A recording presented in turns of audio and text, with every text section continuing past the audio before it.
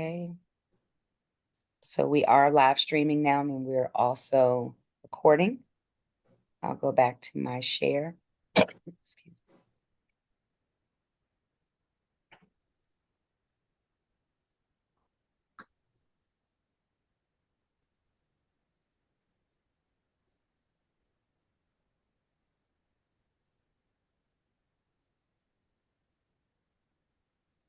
It's 5:59.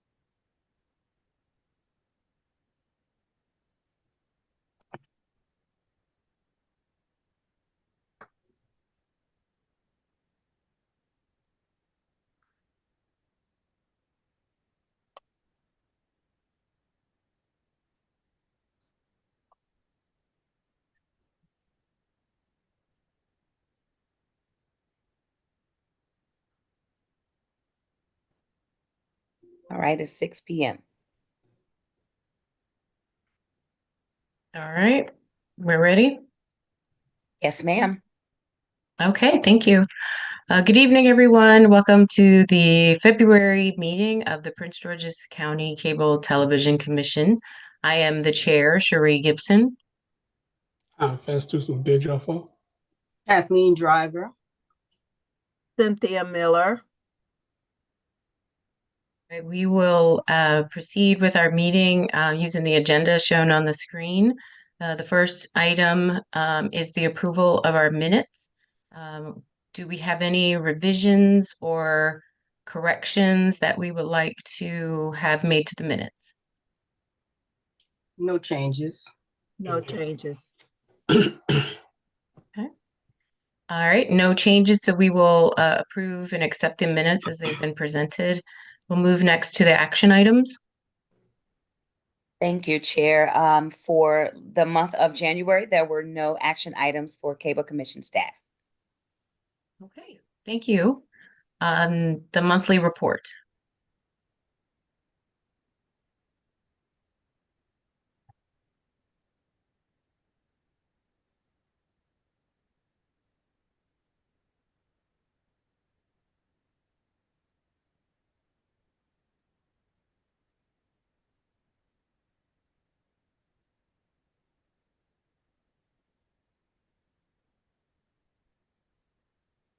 For the month of January 2025, we had one new open call for Comcast and zero, new calls for Verizon.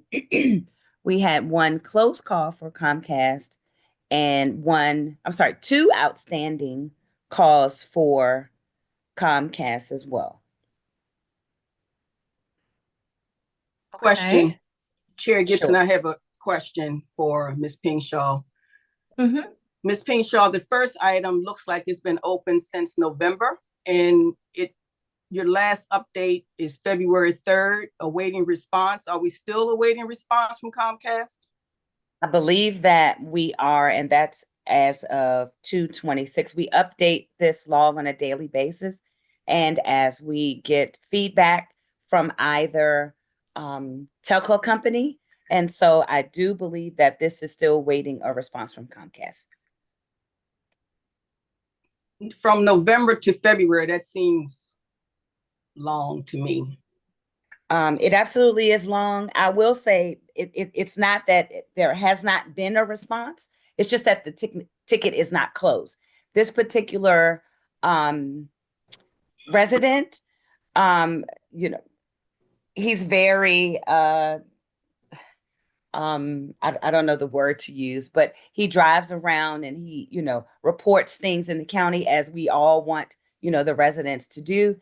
And so Comcast has responded to a few of the requests that he has had, because this isn't the first complaint that he's lodged with the Cable Commission. But what this resident does is he's then goes out and he goes to verify. And so sometimes we'll get a closure notification from a telco company that says this ticket has been resolved. And then that customer will go out, or that resident will go out and actually see that it hasn't. So I wouldn't say that there's been no response. I will say that the ticket is not resolved to the resident satisfaction. Okay, thank you. You're welcome. So question on that. So each time this person goes out, is it like a new ticket or is it like a new issue? Or is it just a continuation of what the person found out before? So the resident will give a specific address. So if it's a new address, it lodges a different and new complaint. If it's the same address for the initial request, but there has not been a resolution, then we keep that ticket going. Okay, so So it's not like, this specific complaint number C 2024-88 is about a specific address. And so so as you mentioned, it wasn't resolved to the resident satisfaction. So it could have been lag time between when it was considered closed and when he did his inspection. Yes, absolutely. Yes.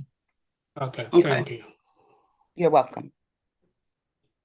November Thank to you. February, though, still seems a little long, but we'll see what happens on your report next month. Okay, thank you. Any other discussion about the report? And thank you for that explanation, Ms. Pingshaw. Sure. Okay. Now we can move back to the agenda. All right, now we have the Community Television of Prince George's County report. Thank you. And you have before you the PGC TV report for January 2025. I don't believe we have a representative from PGC TV tonight. I do not see one. Okay, so here's the report. Any questions or observations about the report? No. All right. Okay. Then we will move on to the public comment portion of our meeting. I did not see anyone logged in, but I will get confirmation from Ms. Pingshaw. Do we have any residents registered to provide public comment today? No, tonight we do not have any residents that would like to go before the commission for public comment. Okay. Well, we'll move on to the vendor representative reports. We have Comcast and we have Verizon. I believe I see Ms. Watkins on. Ms. Watkins, good evening. Good evening, members of the commission. I don't have anything for the report. If there are any questions, I'm happy to take them. Are there any questions from Ms. Watkins? All right, thank you, Ms. Watkins. I don't believe we have a Verizon representative on today. No, I don't see Ms. Candace Austin on today. And I didn't get a notification that she would not attend today. All right, well, we will move on to commissioners' comments. Does anyone have a comment or a question, anything they want to bring up today? Chair Gibson, I have something. Okay, go ahead, Commissioner Driver. Okay. I would like to ask the commission to consider if within our purview, requiring a monthly report before this commission, both verbal and written, from Comcast and Verizon, specifically addressing customer service training and technician training, and plans for and proof of marked improvement in those areas. Satisfactory customer service and qualified technical service are not elements that we should have to ask for, but they are expected and are essential requirements for the service that we pay for. As a Comcast customer for more than 30 years, I've had repeated unsatisfactory customer service and technical service, and have heard the same from many others. Most recently, I experienced 4 service disruptions in the process of servicing another customer. On one of those occasions, the technician disconnected my service and left, leaving me without internet and TV service.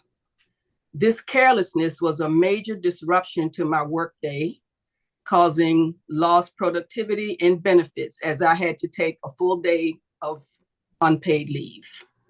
I rely on internet service for my professional service delivery. Customers should not have experience that cause wasted time, undue stress, and disruption of services paid for. Prices continue to rise while service is on the decline.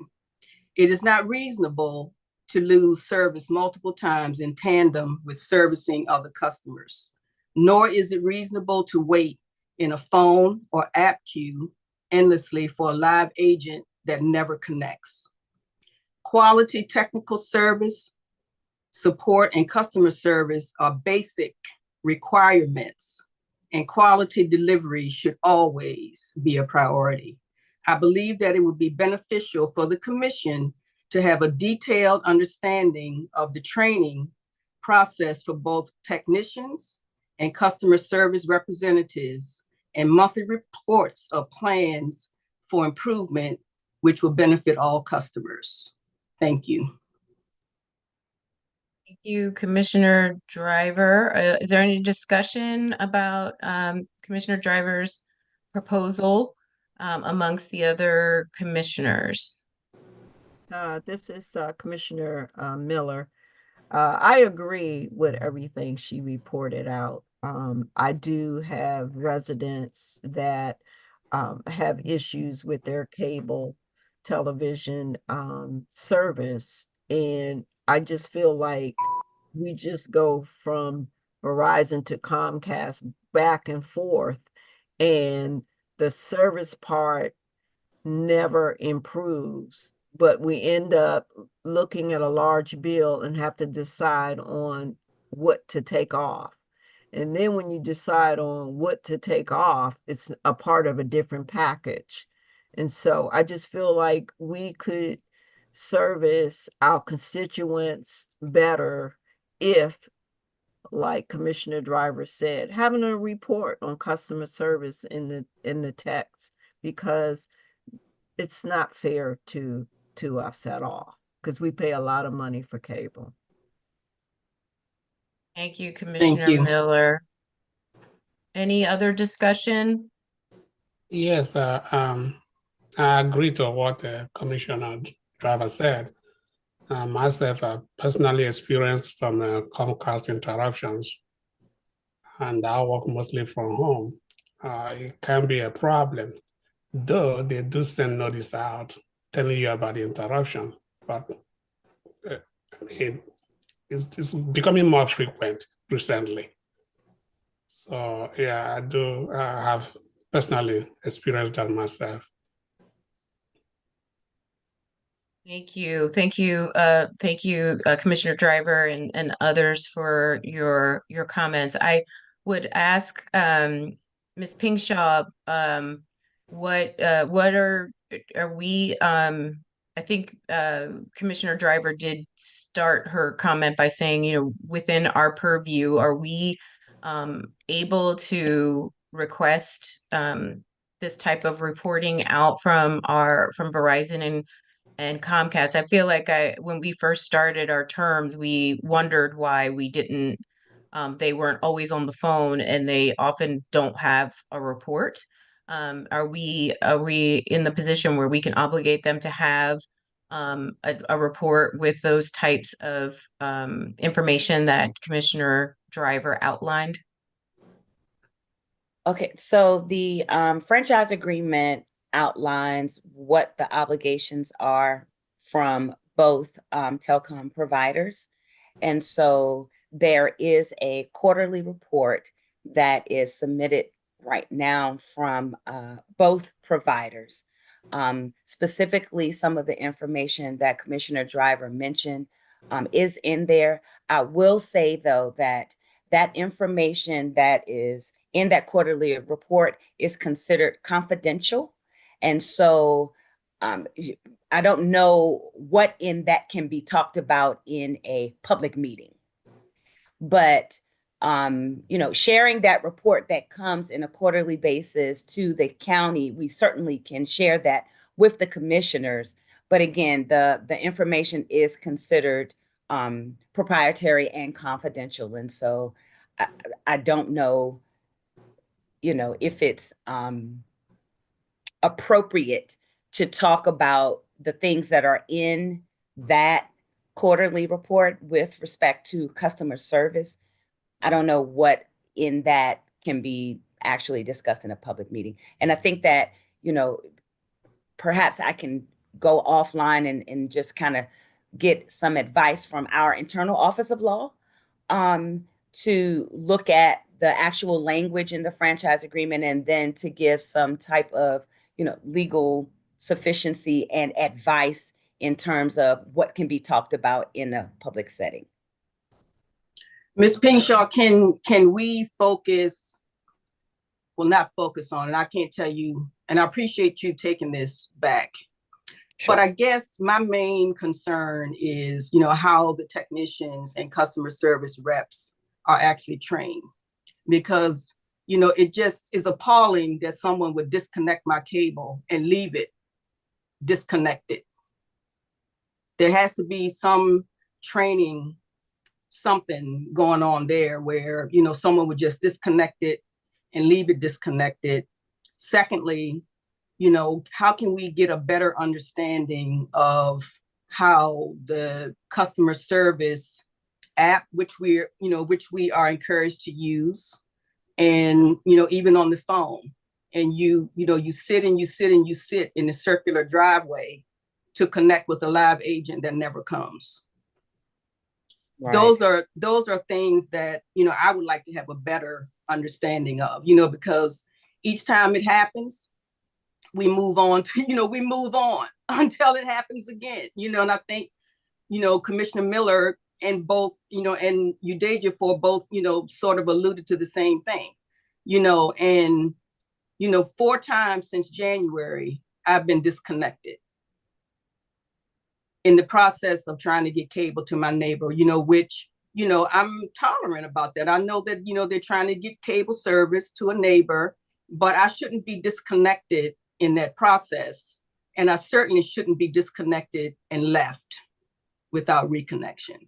So, I don't know if it's in the franchise agreement or not, but, I think we would benefit from having some basic information of how technicians and service and customer service reps are even trained. I mean, because how long can you sit on the phone or in the app when you never get any assistance? You're just constantly told, to unplug and replug and check this. There's no signal. It's just the same. It's just a repeat of the same thing every time you have an issue. And the end result is, most times you have to wait 2 to 3 days for a technician to come on site. When you go to the store to get a new box, you're told that all the boxes are refurbished. So does no one ever get new equipment? I mean, those are just basic things. Right. I definitely understand what you're saying. And I think that we can ask whatever, that we want to know, especially where there's an opportunity to learn what the business practices are for, customer service training and how Comcast or Verizon handles their interactions or engagements with customers while construction is ongoing. So we certainly can pen a letter and we can send that off and try to, coordinate with both of the franchise managers to get a response and make sure that we understand, just to have an open line of communication. And then I think that this presents another opportunity for us to, make the public aware of, this is what we understand about their business process. And we can, once we understand what that is, perhaps we can put that on our website and then continue to, educate and train our residents on what they can expect and what they what they should not accept, honestly. And so, Exactly. Yes, yeah, thank you. Yep. absolutely, absolutely.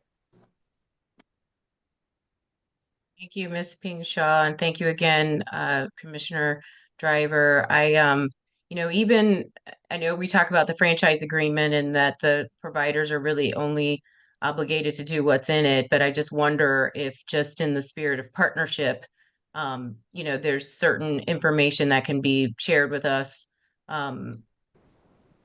basic information, we can talk offline about what that might be. I don't want us to, and I know we're held to, whatever the legalities are about that, but I just wonder if there's, if each month there could be just kind of an overview of customer service or an overview of whatever. That's, you know, so that's just an idea. We can talk again, we can once we get those letters sent and then we can determine what those things are. But I appreciate you, Commissioner Driver, for bringing up this topic. And I hear the frustration, and we hear this from our constituents many, many times over. Yeah, So I I'm mean, glad you brought it up. yeah, most recently, a friend called and said, she was on the phone with Comcast for over an hour trying to reduce her bill. At the end of the conversation, she was going to pay $1 more for less service. There's got to be some path to improvement. Mhm. Agreed. Any other comments? Okay. I see someone has joined us since we have started that discussion. Is this a member of the public? No, that is commission staff, Okay. Miss Okay. Sierra. Fair enough. Okay.